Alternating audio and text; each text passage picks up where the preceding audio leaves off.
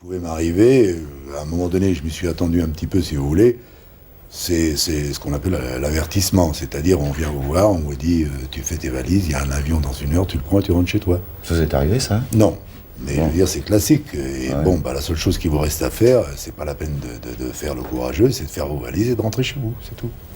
Est-ce que ça a bien fonctionné avec le metteur en scène, comme vous le souhaitiez? Pas très bien, non. Ah, Non, non, pas très bien. oui. Mais ça tient à quoi, ça? Qu'est-ce qui ne collait pas? Je sais que c'est long, difficile à expliquer. Vous savez, j'aime pas beaucoup étaler ce genre de choses. D'abord, bon, c'est les chimies qui ne se vaut pas, puis... et puis, bon, ce sont des atomes crochus, ce sont des pensées différentes, des conceptions différentes, et il faut dire aussi que... son qualificatif de metteur en scène, à mon avis, est un peu usurpé, quoi, c'est tout. Oui.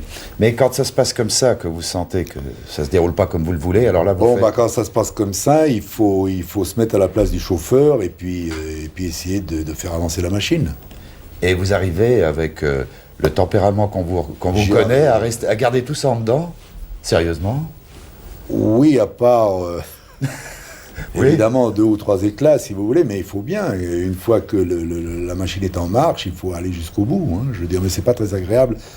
Bon, ça m'est arrivé dans ma vie peut-être 1 fois, 2 fois, peut-être, mais heureusement pour moi, ça ne m'est jamais arrivé, quoi, pratiquement en dehors de cette expérience. C'est malheureux, c'est triste, c'est bête, c'est inutile, c'est triste, quoi. Bon, on va pas passer la nuit là-dessus. Non, Ah. j'aime autant pas. Non. Non.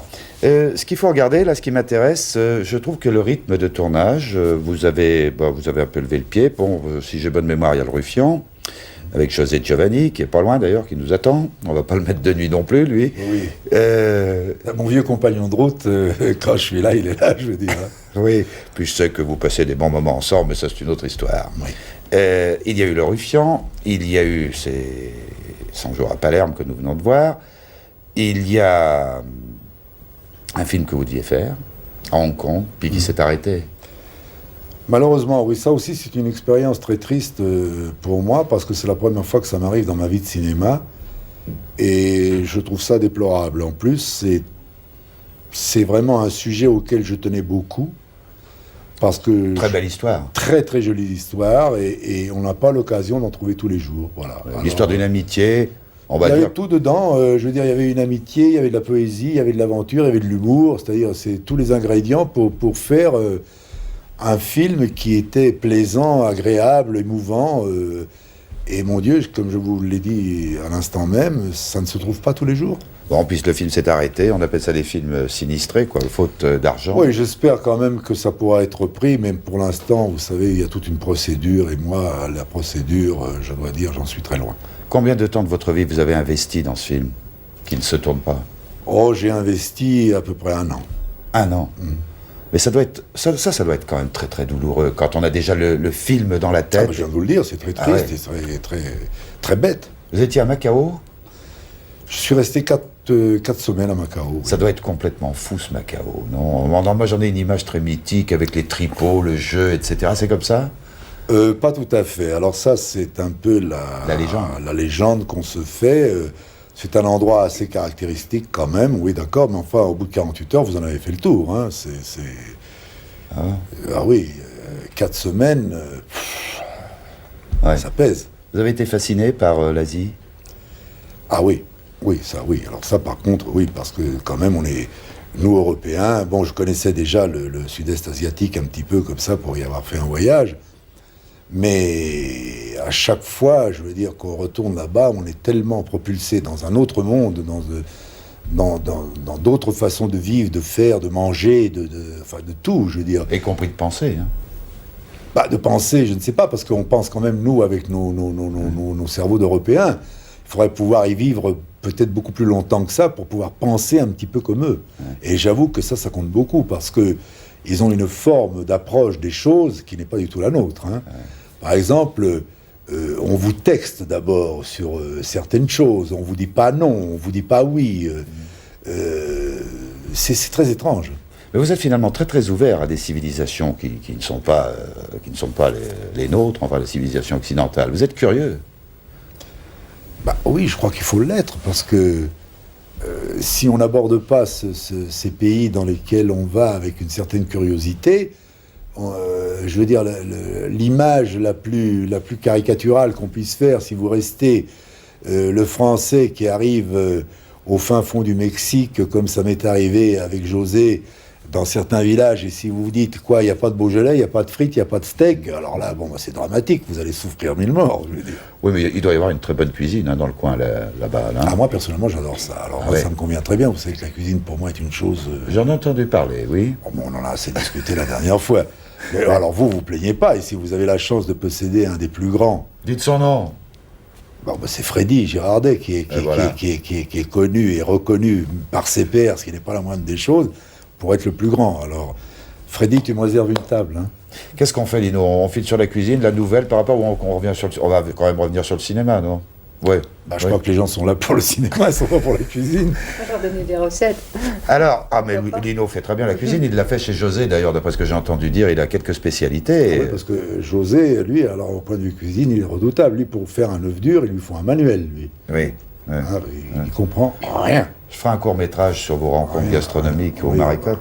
Oui, alors pour en revenir au cinéma, quand même très... Bon, la 7e cible, nous allons en parler. Mais quand même, rythme de tournage très ralenti. Alors, est-ce que Lino Ventura se dit, bon, le cinéma c'est bien, mais il y a quand même la vie, et je veux en profiter, je veux vivre, etc., et partager des joies de la vie tout simplement? Ou alors, véritablement, Lino, est-ce que pour vous, maintenant, il y a un problème de scénario? Est-ce qu'il y en a un?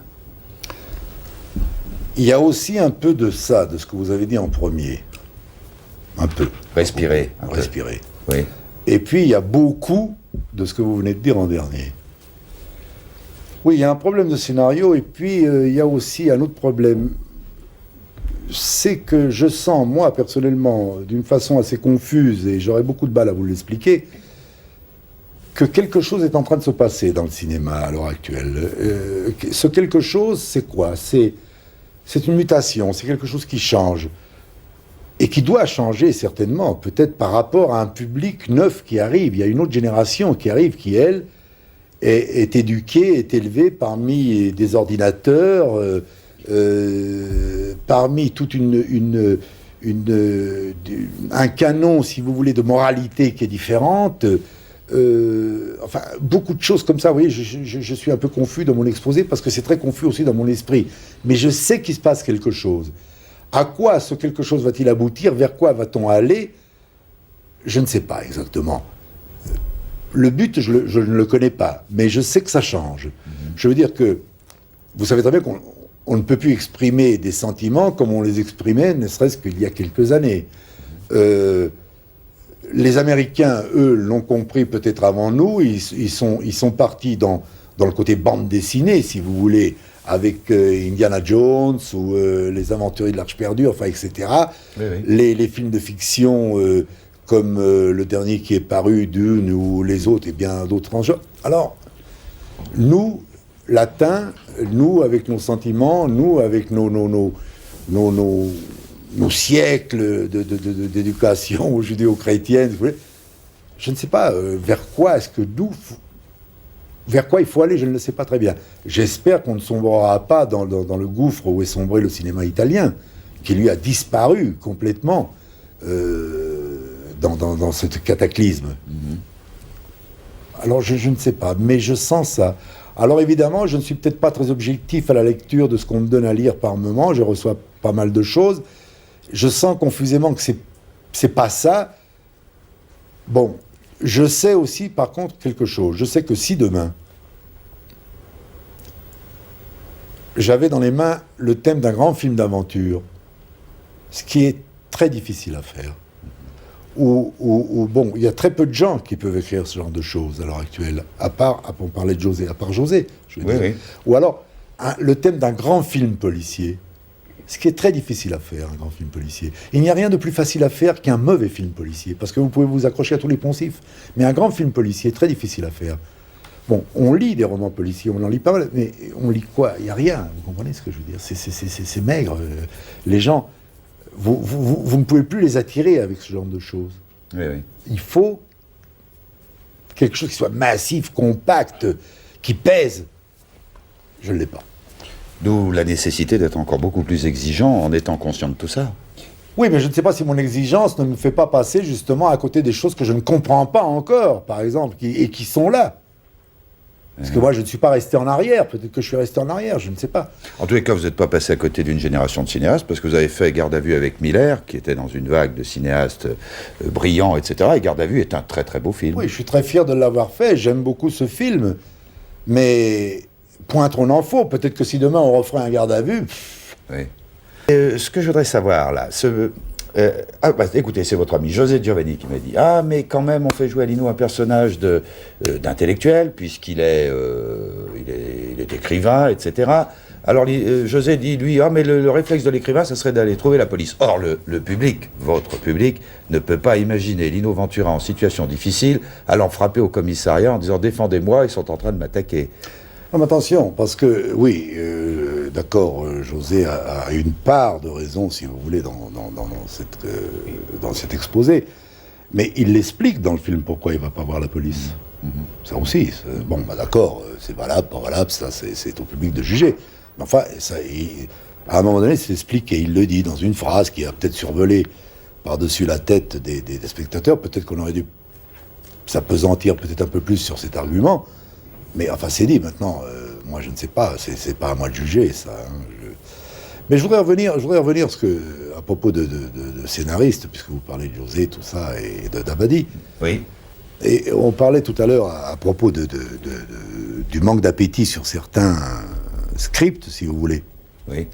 Et je parlais, moi, de films d'aventure et de films policiers. J'ai lu une phrase de Pierre Billard un jour, que j'ai fait mienne d'ailleurs, où il disait « À force de vouloir faire du film d'auteur, on a détruit les auteurs ». Ce qui me paraît une évidence et une vérité formidable. Parce qu'il est évident qu'il y a toute une génération de jeunes scénaristes qui est arrivée, de jeunes metteurs en scène, mais qui ne peuvent pas écrire ce genre d'histoire, parce qu'ils ne connaissent pas la vie, ils ne connaissent pas les hommes.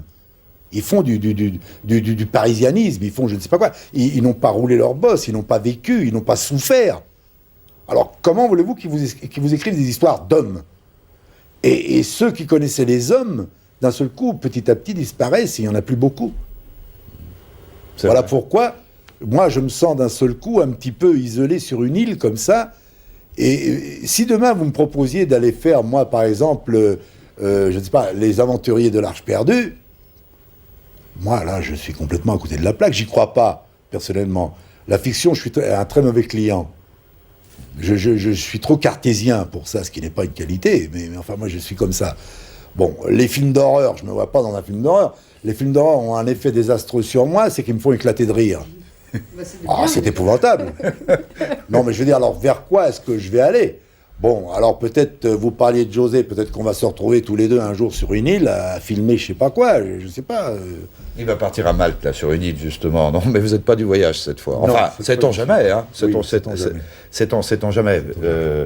Claudette, il y avait Dabadi. Qu'est-ce qu'on en dit de Dabadi, puisque Lino l'aime bien. Autant savoir ce qu'on dit de ses copains. Des propos extrêmement flatteurs sur Dabadi. On va pas trouver une vacherie ce soir. Non, mais on peut en trouver si vous voulez.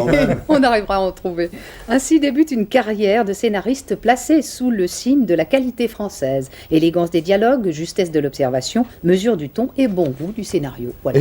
Et puis sur José, Giovanni, qu'est-ce qu'on dit sur José ? Alors attendez que je le retrouve. Notre cher José. Ah oui. Ici, nous avons le livre est consacré aux scénaristes plus particulièrement et aux acteurs, bien sûr, et pas aux réalisateurs. Donc, on parle de Giovanni, scénariste. Oui, voilà. Giovanni remis en cause comme auteur de romans policiers, puis comme scénariste. La conception française du polar. Avec lui, le milieu prenait une dimension tragique. Contrairement aux gangsters de Simonin, visant une retraite paisible et dorée, ceux de Giovanni donnaient rendez-vous au destin, c'est-à-dire à la mort. Un style, une épopée qui ont marqué une époque. Ah, c'est bien. Ah, c'est un formidable scénariste. Oui, parce que si vous prenez, par exemple, les deux films policiers que moi je considère enfin les meilleurs que j'ai faits, qui sont... Dernier domicile connu. Il y a eu Dernier domicile connu, mais moi, avant Dernier domicile connu, je mets Classe tout risque et je mets surtout Le deuxième souffle. Il est évident que c'est un style tout à fait à part. Pour moi, ça ne s'intègre pas du tout dans le film policier classique tel que on on a tendance à le voir. Vous voyez ce que je veux dire? C'est-à-dire,